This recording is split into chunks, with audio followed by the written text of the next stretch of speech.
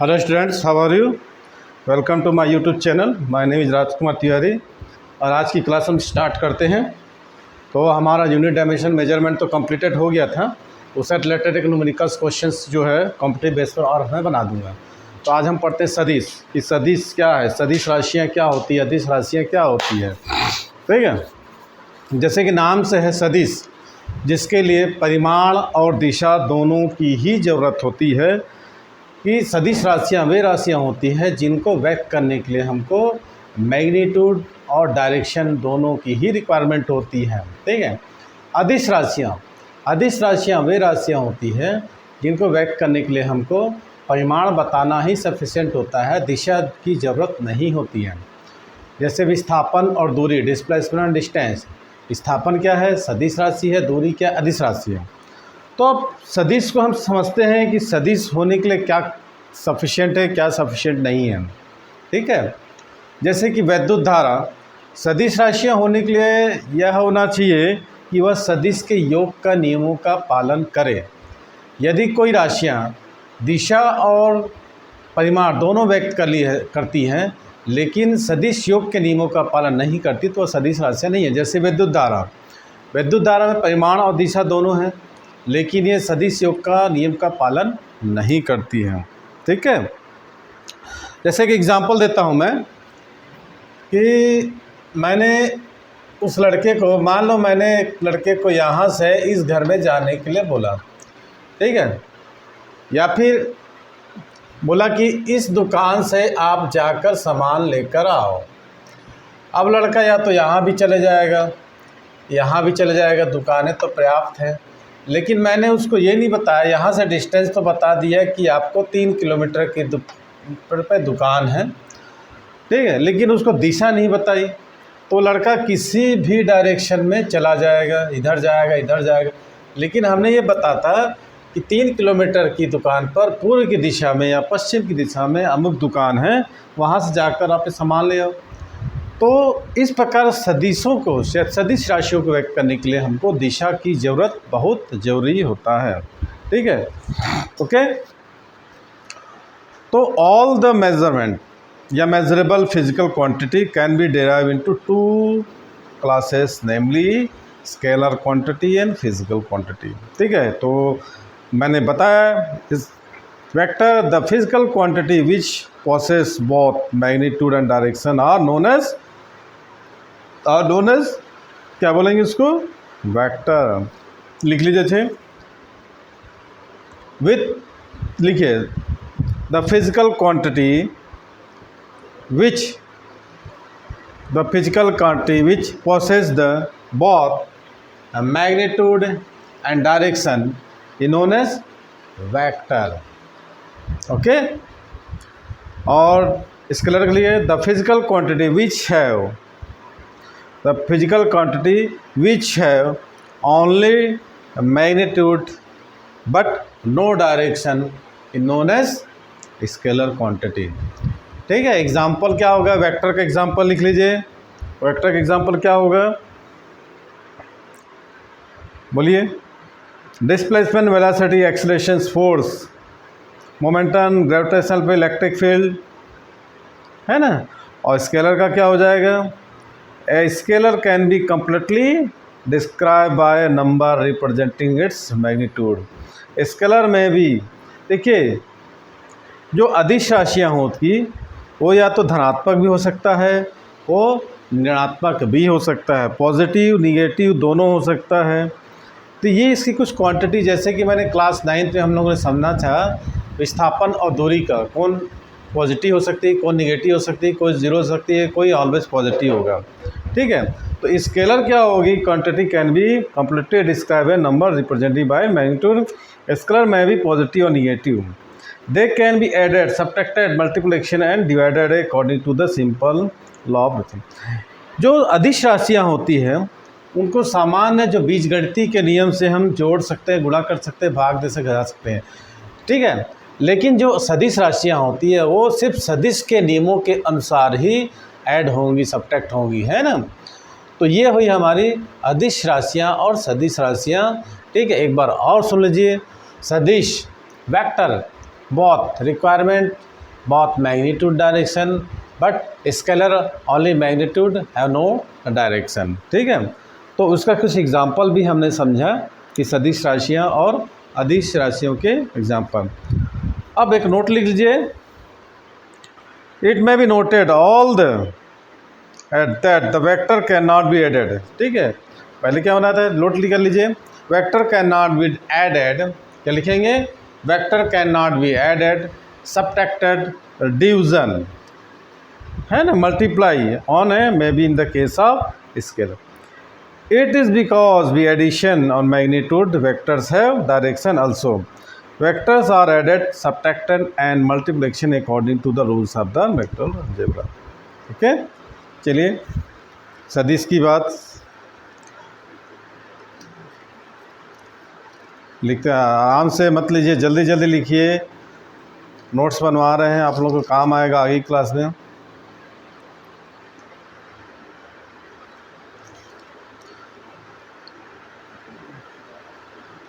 चलिए देखते हैं टाइप्स ऑफ वेक्टर।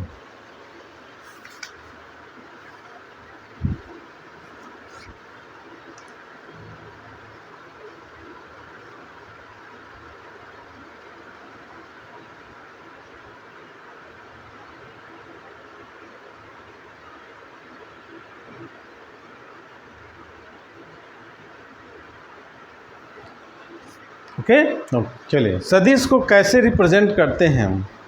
सदिश को हम क्या करते हैं, एक एरो से रिप्रेजेंट करते हैं। एक होता है एड, ये होता है इनिशियल पॉइंट, और ये होता है फाइनल पॉइंट। ठीक है, जिसको हम हेड और टेल से भी रिप्रेजेंट करते हैं, और इसको अंग्रेजी के स्मॉल लेटर से वेक्टर है।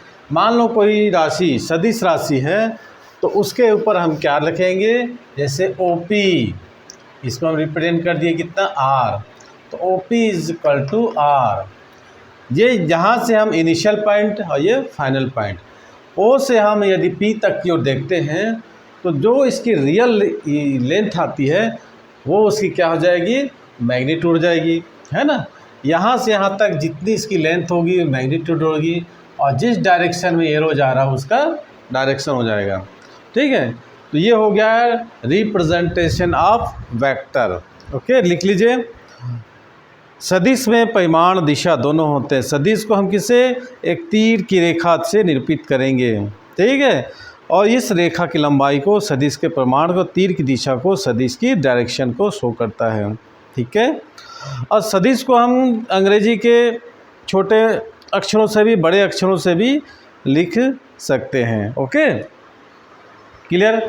अब मैग्नीट्यूड ऑफ वेक्टर, किसी भी सदिश का मापांक हमको निकालना है तो दो पैरेलल लाइन के बीच में हम क्या करेंगे, इसको हम लिख सकते हैं।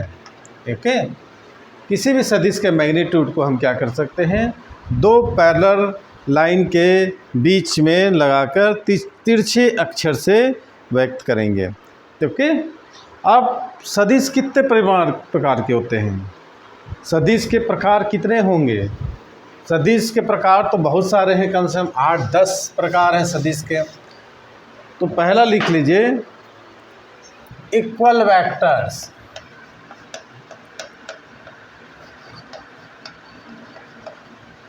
ठीक है, पहला क्या लिखेंगे, इक्वल वेक्टर। तो दो सदिश समान सदिश कहलाते हैं यदि उनके डायरेक्शन और क्या होगा, दिशाएं समान होगा। ठीक है, दो सदिश समान तब कराएंगे, two vectors are known as called equal vectors if the magnitude and direction भी इक्वल। मान लो एक सदिश इतना है, ये सदिश दूसरा है। अब आप देख रहे हैं दो सदिश है, दोनों सदिश की क्या है, पैरेलल टू ईच अदर। इसका नाम देते हैं क्या हम, सदिश ए, इसका नाम देते हैं सदिश बी। तो सदिश ए सदिश बी दोनों क्या होंगे, बराबर होंगे, इनके मैग्नीट्यूड भी बराबर होंगे। ठीक है, इनकी दिशाएं समांतर होंगी और वे एक दूसरे से समांतर होंगे। इनके बीच का एंगल कितना होगा, थीटा इक्वल टू 0 डिग्री। तो ये क्या हो गया हमारा समान सदिश। ठीक है, तो समान सदिश की विशेषताएं लिखोगे तो क्या लिखोगे, दोनों के मैग्नीट्यूड समान हो, दोनों की दिशाएं समान हो, दोनों समांतर हो, है ना। तो इस प्रकार हम लिख सकते हैं समान सदिश। ओके, अब दूसरा होता है निगेटिव और ऋण सदिश। निगेटिव वेक्टर और ऋण सदिश। अब निगेटिव वेक्टर,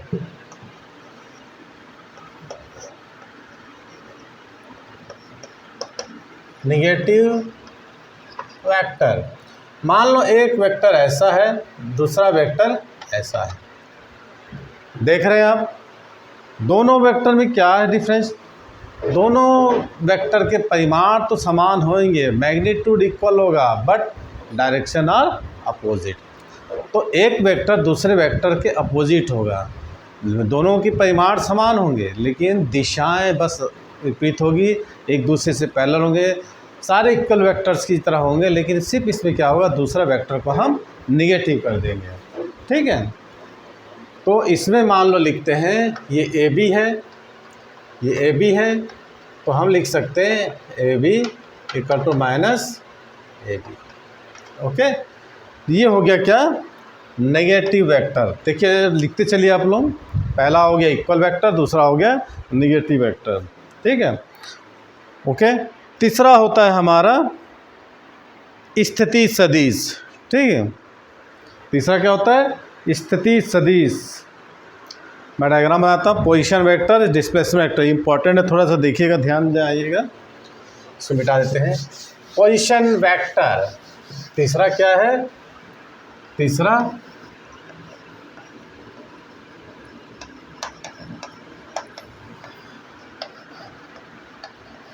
पोजीशन वेक्टर, ऐसा भी ले सकते हैं, ये एक्स वाई, ओके, जेड भी ले सकते हैं। ये हो गया ओरिजिन।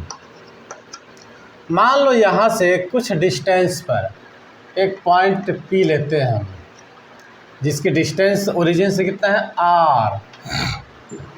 तो ये कहलाता है इसका स्थिति सदिश, पोजीशन वेक्टर।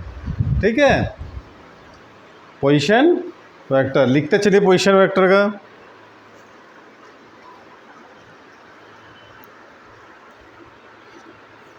अंतरिक्ष में किसी कण की स्थिति के निर्धारित एक निश्चित बिंदु के सापेक्ष करना होता है। इस निश्चित बिंदु को हम क्या बोलते हैं, मूल बिंदु। ठीक है,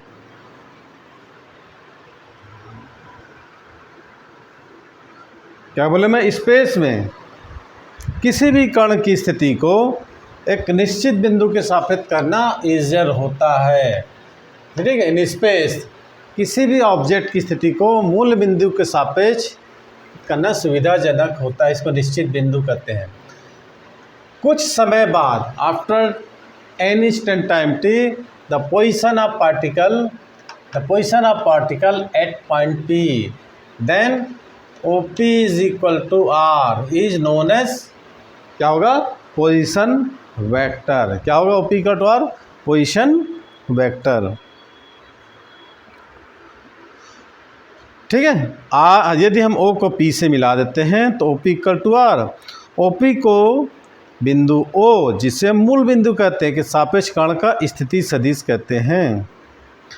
तो क्या लिखोगे डेफिनेशन, किसी क्षण पर किसी कण की स्थिति को प्रदर्शित करने वाले बिंदु को मूल बिंदु से मिलाने वाले सदिश को क्या लिखेंगे, किसी क्षण पर किसी कण की स्थिति को प्रदर्शित करने वाले बिंदु को किसी क्षण मूल बिंदु से मिलाने पर सदिश को उस कण की स्थिति सदिश कहते हैं।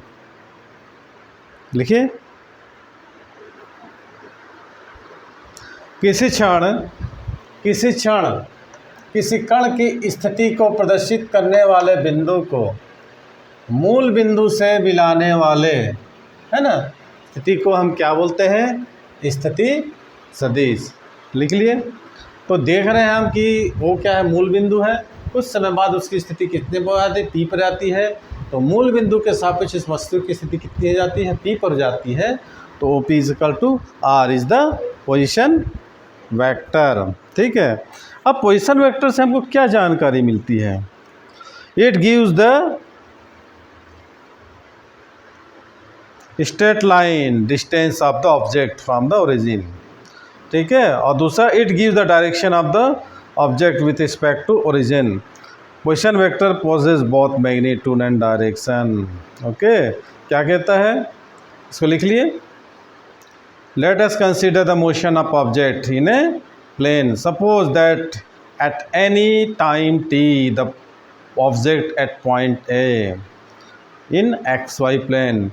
If we draw an arrow with its tail at O, known as origin, and arrowhead of A, then the vector OA is known as position vector.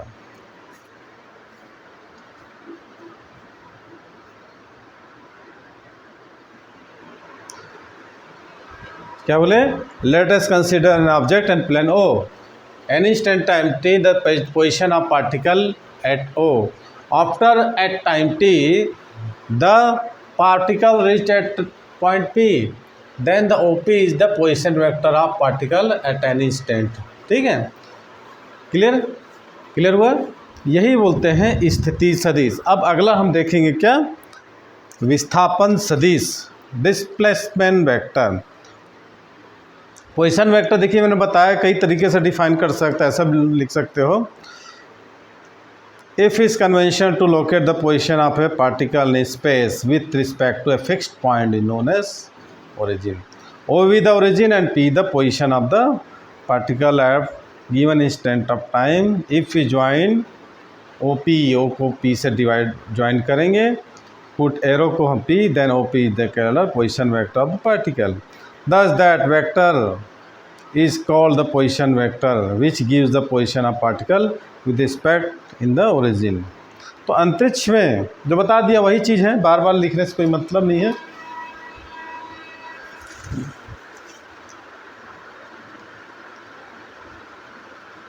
Okay,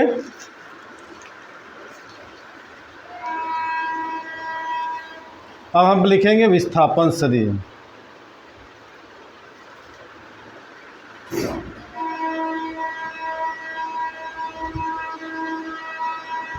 displacement vector, that is most important. देखिए विस्थापन सदिश, इसका diagram बनाते हैं ऐसे।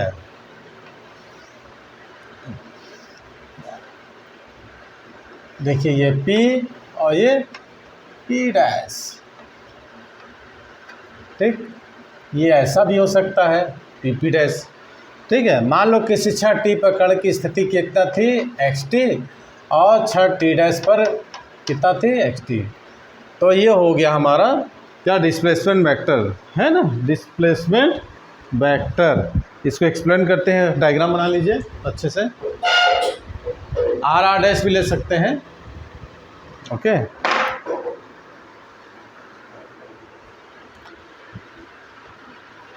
मान लो किसी गतिमान कण की किसी क्षण पर स्थिति P है और T डैश पर स्थिति कितना है, P डैश पर है। ठीक है, PP डैश पर, तो उस कण का विस्थापन सदिश कहते हैं।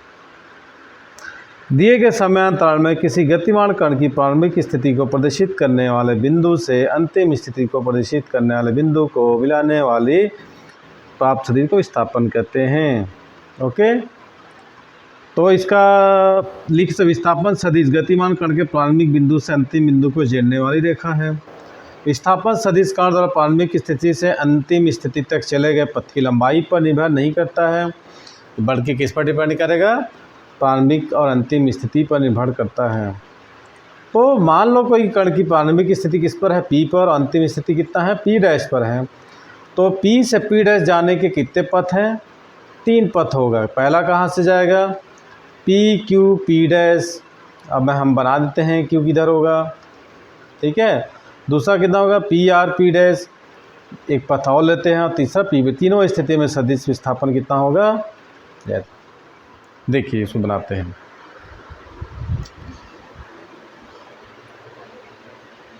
एक यहाँ पर ले लेते हैं, एक यहाँ पर लेते हैं।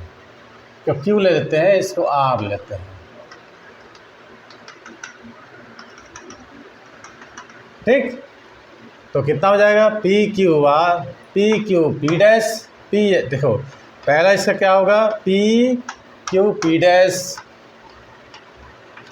दूसरा क्या होगा पी आर पी डैश,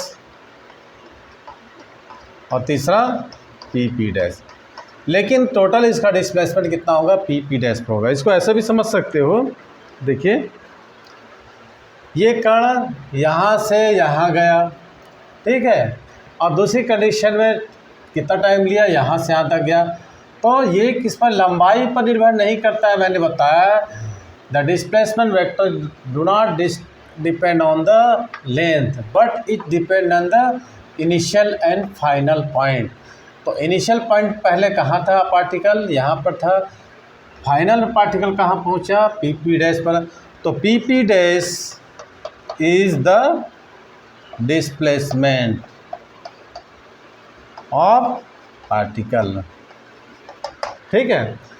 तो कभी कभी हम क्या करते हैं, O P plus P P dash equal to O P dash. तो पी पी डैश निकालने के लिए हम क्या करते हैं, O P dash minus O P. तो ओ पी डैश हमारा कितना था एक्स टी डैश और माइनस एक्स टी। तो ये क्या हो गया, इस कण का डिस्प्लेसमेंट वेक्टर हो गया, ठीक है। तो डिस्प्लेसमेंट वेक्टर बाद में किसी को कुछ पूछना है तो आप पूछ सकते हैं, तो उसके बाद हम आगे बढ़ेंगे। ओके, डिस्प्लेसमेंट वेक्टर के बारे में किसी को कुछ पूछना है तो पूछ सकते हैं, आपके लिए 2 मिनट समय है।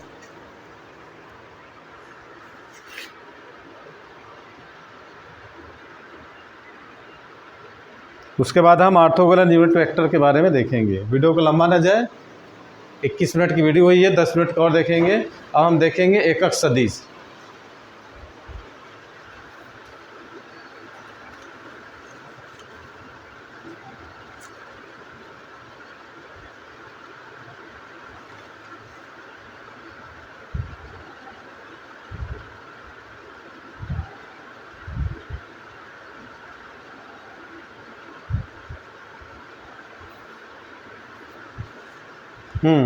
ओके,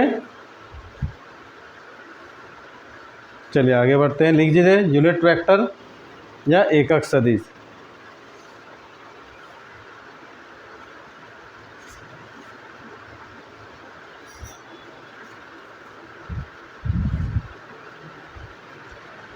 चलिए लिख दीजिए एकक सदिश। यूनिट वेक्टर उस सदिश को एकक सदिश कहते हैं जिसका मापांक कितना होता है, 1 होता है।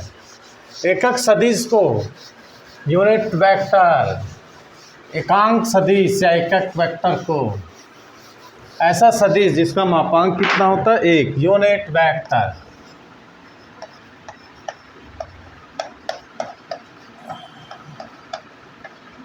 ठीक, ऐसा सदिश, मान लो कोई सदिश है ए, ठीक है, मान लो कोई सदिश 1 है, तो उसका एकक सदिश को हम कैसे लिखते हैं, ए कैप बोल के पढ़ते हैं, ठीक। या फिर दिए गए सदिश और सदिश का मापांक। एकक सदिश क्या होता है, एकक सदिश जिसका मापांक कितना होता है, a vector having unit magnitude is known as, a vector क्या बोलेंगे, a vector having unit magnitude is known as unit vector. एकक सदिश ऐसा सदिश होता है जिसका मापांक कितना होता है, 1 होता है। ओके, और इसको हम कैसे पढ़ते हैं, और सदिश ए की दिशा है ना, एकक सदिश को एक कैप से पढ़ते हैं। मान लो कोई सदिश ए है, उसकी दिशा में एकक सदिश को हम क्या बोलते हैं, ए के ऊपर कैप या एक कैप बोलकर भी पढ़ते हैं। क्या लिखा, मान लो कोई सदिश है, उसकी दिशा में एकक सदिश को हम क्या बोलते हैं, ए कैप।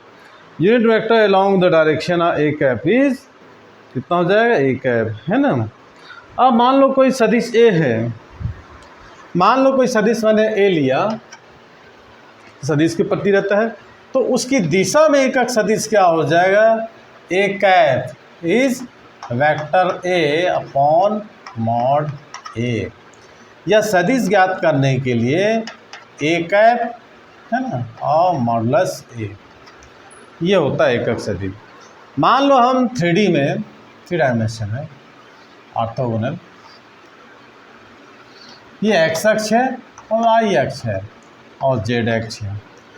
x अक्ष की ये O लिखता हूँ, x अक्ष की दिशा में एकक सदिश को i कैप और y अक्ष की दिशा में एकक सदिश क्या होगा j कैप और x अक्ष z अक्ष की दिशा में एकक सदिश कितना होगा, ठीक है। आई जे के माने ओ एक्स ओ आई तथा ओ जेड 3 अक्ष है, इसकी दिशा में एकक सदिश कितना होगा आई जे के, ठीक है। क्या लिखेंगे I J K are known orthogonal unit vector, this vector must form a right handed triad, it is coordinate system such that the when we call on the figure, okay. तो direction of Z along the thumb, then I J K की value को कैसे लिखेंगे, अब पहले इसको अच्छे से उतार लीजिए।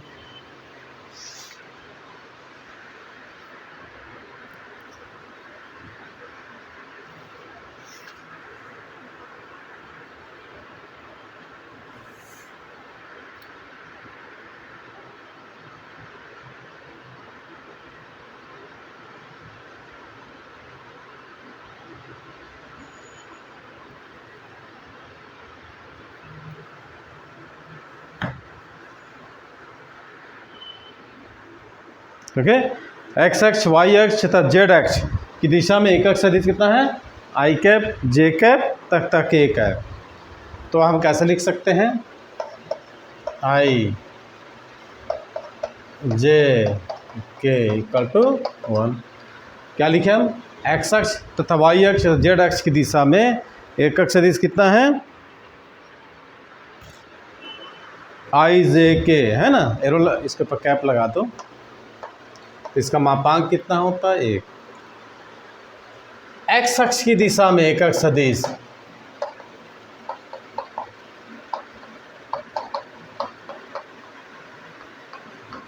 कितना हो जाएगा आई कैप, ठीक है। तो आई कैप इक्वल टू कितना हो जाएगा एक्स अपॉन मॉड एक्स, या X bar equal to X I cap. Y अक्ष की दिशा में एकक सदिश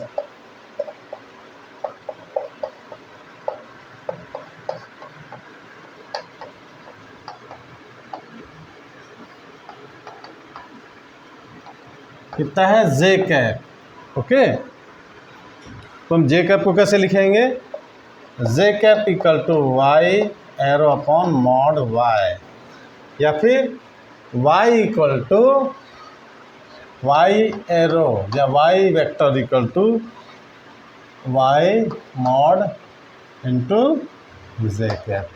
अब जेड एक्स की unit vector along the Z X, unit vector along the Z X, Y X Z X की दिशा में एकक सदिश कितना होगा के कैप, ठीक है। तो के कैप इक्वल टू कितना होगा Z vector Z upon mod Z, या vector J equal to mod Z up to K cap.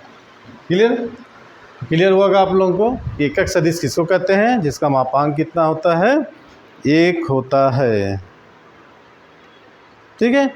तो एक्स वाई जेड उन सदिशों के क्या है मापांक है। तो हमारी वीडियो 28-30 मिनट की हो गई है। ऐसे बहुत सारे आप लोगों को टाइप्स मिलेंगे, ठीक है। तो कल हम एक ये मेन जो टाइप्स ऑफ वेक्टर है उसको तो मैंने बता दिया है। ध्रुवीय सदिश, ध्रुवीय सदिश ऐसे सदिश कहते हैं जिसका प्रारंभिक बिंदु अथवा क्रिया बिंदु नियत होता है, ठीक है। नेगेटिव वेक्टर तो हमारा हो ही गया है, डिस्प्लेसमेंट वेक्टर हो गया है, ठीक है। पोलर वेक्टर ध्रुवीय सदिश उस सदिश कहते हैं जिसका प्रारंभिक बिंदु और क्रिया बिंदु नियत होता है, ठीक है। तो कल हम लोग मुक्त सदिश, स्थानगत सदिश, एकांक सदिश, अप्रारंभिक सदिश, ये सब सदिश है। को इनिशियल वेक्टर जिनके प्रारंभिक बिंदु समान, को इनिशियल वेक्टर ये भी थोड़ा सा देख लेते हैं। को इनिशियल वेक्टर, मान लो कोई पॉइंट हो उसमें बहुत सारे वेक्टर्स निकल रहे हों, ठीक है, जिसका स्टार्टिंग पॉइंट इक्वल हो उसको हम बोलते हैं को इनिशियल वेक्टर, ठीक है। तो ये सब सदिश के प्रकार थे। कल हम सदिशों का जोड़ना घटाना, ठीक है, योग का त्रिभुज का नियम, समांतर चतुर्भुज के नियम और उससे रिलेटेड कुछ फार्मूलाज वगैरह देखेंगे, उससे रिलेटेड न्यूमेरिकल क्वेश्चंस करेंगे। जैसे सदिश के योग का त्रिभुज नियम है, सदिश के योग का समांतर चतुर्भुज का नियम है, पॉलीगॉन लॉ है बहुभुज का नियम, और उससे रिलेटेड कुछ न्यूमेरिकल्स क्वेश्चन है। ठीक है, तो आज की वीडियो को हम यहीं समाप्त करते हैं। हो सकता है होप आपको पसंद आया होगा। यदि पसंद आया तो लाइक कीजिए, और जो भी आपके दोस्त हैं आपको हैं उनको शेयर करते रहिए और कंटिन्यू वॉच करते। ओके।